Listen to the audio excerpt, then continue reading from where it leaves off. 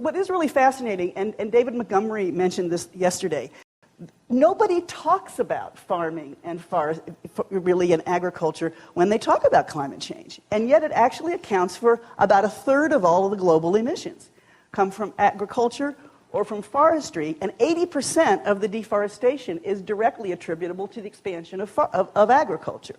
So this is a core issue. However, in the international community, the people who have been working on climate change over the past couple decades have been almost exclusively representatives from their countries from the energy sector. So there has been, until recently, silence on the issue of forestry and agriculture, and really even a concern that if we talk about that and we talk about what farmers and ranchers could do to mitigate climate change, that it will somehow reduce the incentive to do something about the energy sector. You know, my view is, hey, if we can do it easier and with land use, let's do it. This is a graph, again, that illustrates one of the points David Montgomery made last night. The column on the right is the amount of fossil fuel emissions, just the component of greenhouse gas emissions that comes from fossil fuels, which is, of course, only part of it. And that's up there over like 28 million, I think it's gigatons. What the columns on the left show are that if we had different economic incentives for reducing emissions and storing carbon in our farms and ranches and in forestry, through various kinds of land uses, how much could we sequester? That is, how much could we actually pull out of the atmosphere to reduce concentrations? At a value of carbon of $20 per ton, we could get about we could get maybe a fifth. It'd be equivalent to offsetting about a fifth of those fossil fuel emissions. If we had a value of $100 per ton of carbon, there would be an incentive for land managers to even have something, have maybe even up to as much as 2/3, 3/5 or 2/3, which is pretty darn significant. And the really wonderful thing about terrestrial strategies for mitigating climate change is that you can do them in ways that really are win-win. They can help food production, they can help watersheds, they can help biodiversity, they have all these other co-benefits, which many of the other strategies for mitigating climate change do not have. So in that publication that Courtney was talking about, what I focused on were the 5 major strategies that there are for mitigating climate change through agriculture.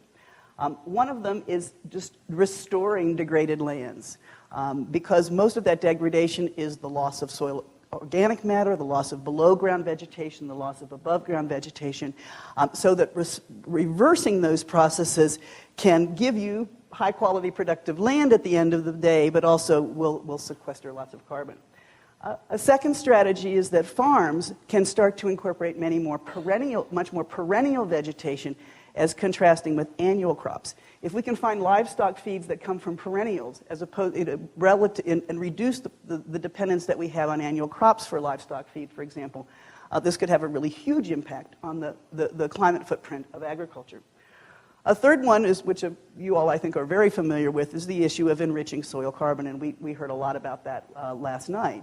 It's actually the single greatest potential sink for carbon is actually in our soils, and given the challenge and concern about soil erosion and soil quality deterioration that was discussed last night, this is really another one of these win-win situations.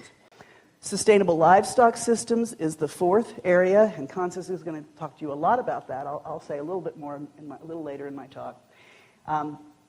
And that is in many ways a major issue about reducing emissions as well as the opportunities for sequestration.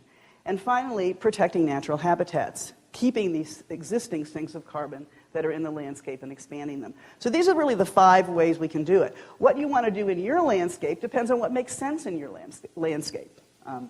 We'll talk more about that later. This is just a map that shows globally the density of livestock, because livestock is a real key issue.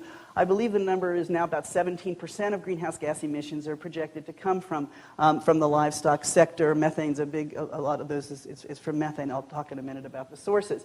But this just shows that actually something like 30 to 40% of the world's land area is heavily influenced by livestock. So if we do good livestock management, we have a really major stewardship opportunity. And they change, they vary really, really greatly. The areas that are the very dark orange and red are ones where you have 50 head of livestock per square kilometer, and the other, which is sort of little more densely managed livestock systems, and then the ones that are the yellow colors are the ones where you have more extensive management systems for livestock. Where are the greenhouse gas emissions from livestock? There are basically 6 major sources. One is just changes in biomass in grazing lands. If the total biomass above ground and below ground goes down, that gets emitted as carbon.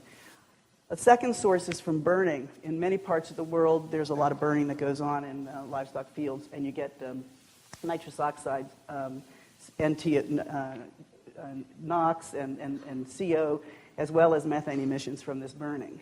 You also get the methane and nitrous oxide emissions that are coming from manure, if manure if that is not captured in some way. You have nitrous oxide losses from soils, particularly where there's fertilization, nitrogen fertilization that's done, and there's excess nitrogen that seeps in. You have the methane that comes from all the gas that emits from all the livestock. And actually, one of the funny moments that I had when I used to go to these international climate change conventions was hearing a presentation from New Zealand, where basically almost all their greenhouse gases come from the gases emitted by cows. And it's kind of a different profile than we have in the United States. And then you have the carbon in the soils and how that changes over time.